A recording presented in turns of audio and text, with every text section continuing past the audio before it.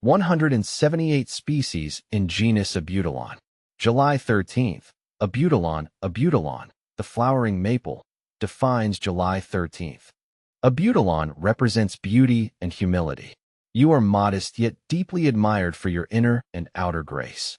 Like its delicate flowers, you brighten the lives of others with quiet elegance. Falling for flowering maples, an Abutilon love story. My name is Ferb Vu, and I have a confession. I'm utterly smitten with Abutilon. No, not a person, though the name does have a certain charm. I'm talking about the genus Abutilon, those delightful flowering plants that go by the common name, flowering maple or parlor maple. While they aren't actually maples, their leaves do bear a resemblance, and the vibrant, bell-shaped flowers are enough to capture anyone's heart. My fascination with Abutilon began innocently enough.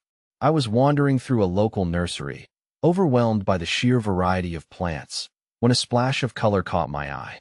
There, nestled amongst the ferns and begonias, was a pot overflowing with fiery orange blooms. The plant was labeled Abutilon Tangerine Dream, and it was love at first sight. I brought that Abutilon home and gave it a place of honor on my sun porch. It thrived, rewarding me with a constant display of cheerful flowers. Soon, I was hooked. I began researching the genus, discovering a world of diverse and captivating species. A diverse genus. The genus Abutilon belongs to the Malvaceae family, which also includes hibiscus and cotton. It's a large genus, boasting over 170 species. These plants are native to tropical and subtropical regions around the world, from the Americas to Africa, Asia, and Australia. Abutilon species vary greatly in size and form. Some are compact shrubs, perfect for container gardening, while others can grow into small trees.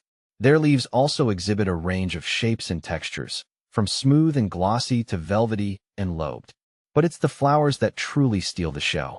They come in a kaleidoscope of colors, including shades of red, orange, yellow, pink, white, and even bicolors. See full list at monsteraholic.com.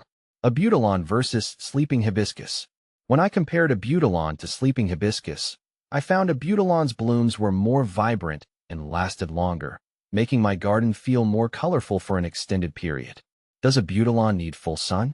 Abutilon thrives in full sun, but my experience suggests it can handle a bit of shade too. I've found that placing it where it gets ample sunlight during the day promotes healthier growth and more abundant flowering. However, too much intense sunlight can sometimes lead to leaf burn, so it's essential to strike a balance. How to care for Abutilon. Caring for Abutilon is relatively straightforward. I've learned to keep the soil consistently moist but not waterlogged. Regular fertilization during the growing season has helped mine stay vibrant and lush. Pruning occasionally to remove dead or leggy growth also encourages bushier growth and more flowers. How to collect Abutilon seeds. Collecting Abutilon seeds is a fun and rewarding process. After the flowers fade and the seed pods develop, I wait until they turn brown and slightly dry before harvesting them. Then, I carefully open the pods to extract the seeds. Storing them in a cool, dry place until the next planting season ensures viability. How to propagate Abutilon. Propagating Abutilon is something I've done successfully through stem cuttings. I choose healthy stems, remove any flowers or buds, and trim the cutting just below a leaf node. Placing the cutting in a pot with moist soil and keeping it warm and humid encourages root growth. Before long, I have a new plant ready to grow. Is Abutilon a perennial?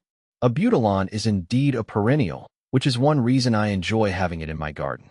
Its ability to come back year after year brings a sense of continuity and reliability to my outdoor space. With proper care, it continues to delight with its charming blooms. Is Abutilon poisonous? As far as I know, Abutilon isn't considered poisonous to humans or pets, which is reassuring. However, like with any plant, it's wise to avoid ingestion and keep it out of reach of curious pets or small children, just in case. When to prune Abutilon. I've found that pruning my Abutilon after its flowering period has ended helps keep it in good shape. Removing any dead or overgrown branches encourages new growth and prevents it from becoming too leggy.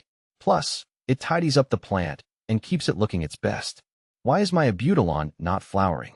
When my Abutilon isn't flowering as expected, I've discovered a few possible reasons. Sometimes it's due to insufficient sunlight. Other times it's because of over-fertilization. Ensuring it's getting the right amount of light and nutrients usually helps encourage more blooms. Will Abutilon grow in shade?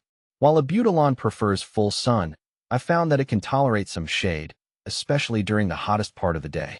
In fact, a bit of dappled shade can sometimes help prevent leaf burn in particularly sunny locations. How to grow Abutilon in a pot? Growing Abutilon in a pot is a great option, especially if you have limited outdoor space.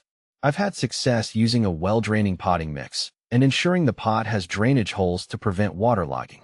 Regular watering and occasional fertilization keep it healthy and thriving.